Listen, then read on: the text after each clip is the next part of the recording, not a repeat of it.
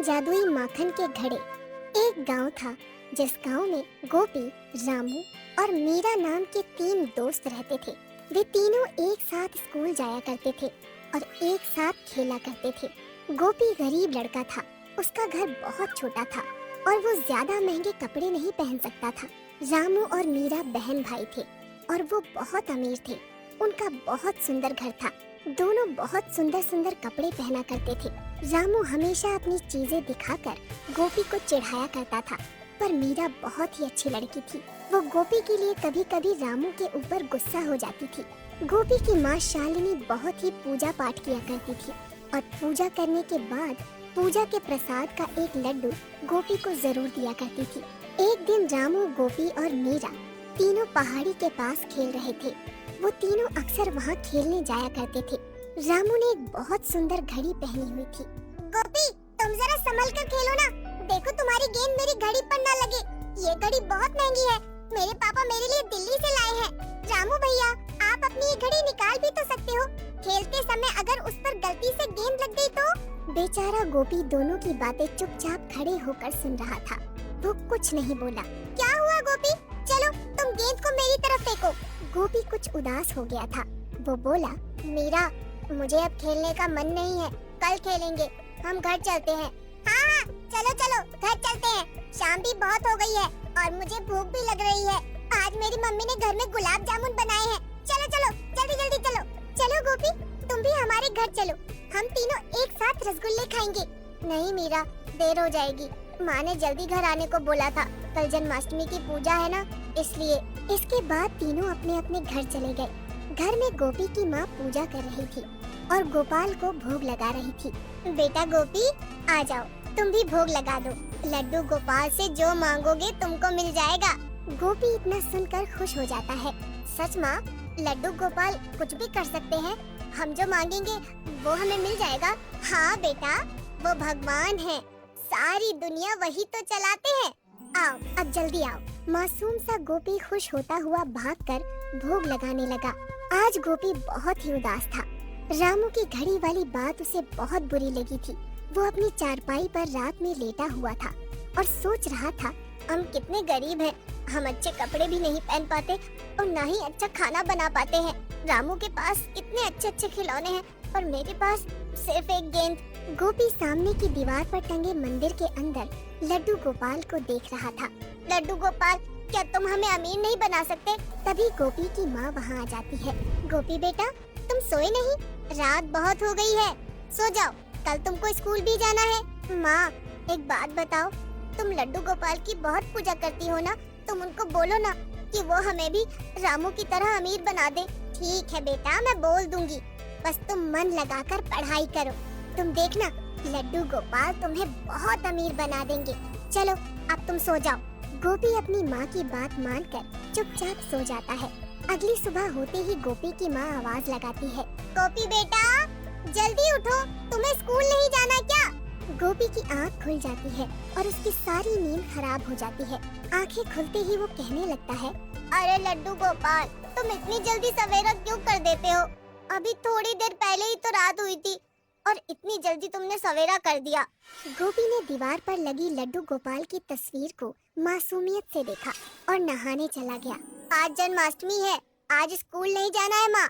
गोपी की माँ हंसने लगती है, बेटा, यही एक अच्छा तरीका है तुम्हें जगाने का।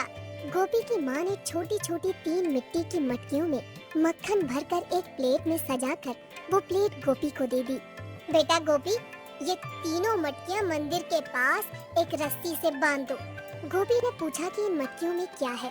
इन मटकियों में मक्खन है और हम आज लड्डू गोपाल को माखन का भोग लगाएंगे। कहते हैं मंदिर में मक्खन की मटकियाँ रखने पर रात को कृष्ण कन्हैया स्वयं आ जाते हैं और माखन खा लेते हैं और जिसका माखन उन्हें पसंद आ जाता है उसकी सारी मनोकामनाएं पूरी हो जाती हैं। गोपी को ये बात बहुत अच्छी लगती है और वो छुपकर रसोई में जाता है और एक मुट्ठी शक्कर अपनी जेब में भर लेता है। घर के आंगन वाले मंदिर में पहुंचते ही गोपी अपनी जेब से शक्कर बाहर निकालता है। लड्डू गोपाल, मैं आपको ज्यादा मीठा माखन खिलाऊंगा, लेकिन आप बदले में मुझे अमीर बना देना। इसके बाद गोपी थोड़ी थोड़ी शक्कर तीनों मटकियों में डाल देता है और मटकियों को रस्सी से मंदिर के आंगन में लटका देता है। माँ, मैं खेलने जा रहा हूँ। मैंने मंदिर में माखन की मटकियाँ रख दी है। बेटा शाम को जल्दी आ जाना, आज जन्माष्टमी पूजा है। गोपी अपनी गेंद को लेकर टहलता हुआ पहाड़ों के पास उसी नदी के पास चला जाता है जहाँ वो अक्सर अपने दोस्त रामू और मीरा के साथ आता था। वहाँ जाकर गोपी की नजर एक फूलों वाले पेड़ पर पड़ती है।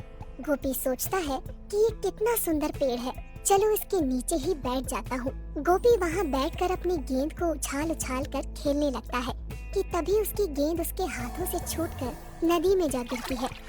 और गोपी को तैरना नहीं आता था, इसलिए वो मायूस होकर वापस लौट आता है। रात को गोपी और उसकी मम्मी पापा साथ मिलकर लड्डू गोपाल की पूजा करते हैं और जन्माष्टमी का भोग लगाकर सो जाते हैं। अगले दिन गोपी जब मंदिर के आंगन में जाता है तो तीनों मटकियों के नीचे बहुत सारा मक्खन डला हुआ था। माँ, ये मटकियों से माखन किसने निकाला है? देखो कितना सारा माखन नीचे गिरा दिया है। बेटा अभी मंदिर के आंगन में तो कोई नहीं गया, जरा मटकियाँ खोल कर देखना। गोपी शरारत करते हुए तीनों मटकियों को फोड़ देता है। मटकियाँ फोड़ते ही उसकी आंखें फटी की फटी रह जाती हैं। तीनों मटकियों से हीरे और चांदी के सिक्के और नोटों की गड्डियाँ नीचे गिर रही थी। माँ, ओ माँ, जल्दी आओ, देखो इन मटकियों में कितना सारा खजाना भरा है। गोपी की माँ तुरंत वहाँ आ जाती है। हे भगवान, इतना सारा खजाना! लगता है लड्डू गोपाल ने हमारी प्रार्थना सुन ली है। गोपी और उसकी माँ बहुत खुश थे। अब वो भी बहुत अमीर हो चुके थे। उनके पास बहुत सारे हीरे और चांदी के सिक्के और 2000 के नोटों की गड्डियाँ आ गई थी। उन्होंने अपना बहुत सुंदर घर बनवा लिया था और सुंदर सुंदर कपड़े भी खरीद लिए थे। गांव के लोग समझ रहे थे कि गोपी के पापा बाहर से बहुत सारा धन कमा कर लाए हैं। अब गोपी अपने दोस्त रामू से भी ज्यादा अमीर हो गया था। अब गोपी बहुत खुश था। कुछ दिनों बाद रामू और मीरा गोपी के घर खेलने आते हैं। दोनों भाई बहन गोपी का घर देखकर दंग रह जाते हैं। इतना सुंदर घर उन्होंने कभी नहीं देखा था। रंग बिरंगी सुंदर सुंदर पर्दे और सुंदर सुंदर खिलौने और बहुत बड़ा प्यारा सा बागीचा। वहाँ बागीचे में बहुत सुंदर झूला भी था। गोपी, तुम्हारे पापा बाहर से बहुत सारा धन कमा कर लाए हैं। अब तुम भी बहुत अमीर बन गए हो।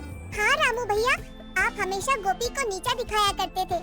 आज गोपी हमसे भी ज्यादा अमीर हो गया है और उसमें जरा भी घमंड नहीं है। उसने हमें अपने घर बुलाकर इतना अच्छा नाश्ता करवाया है।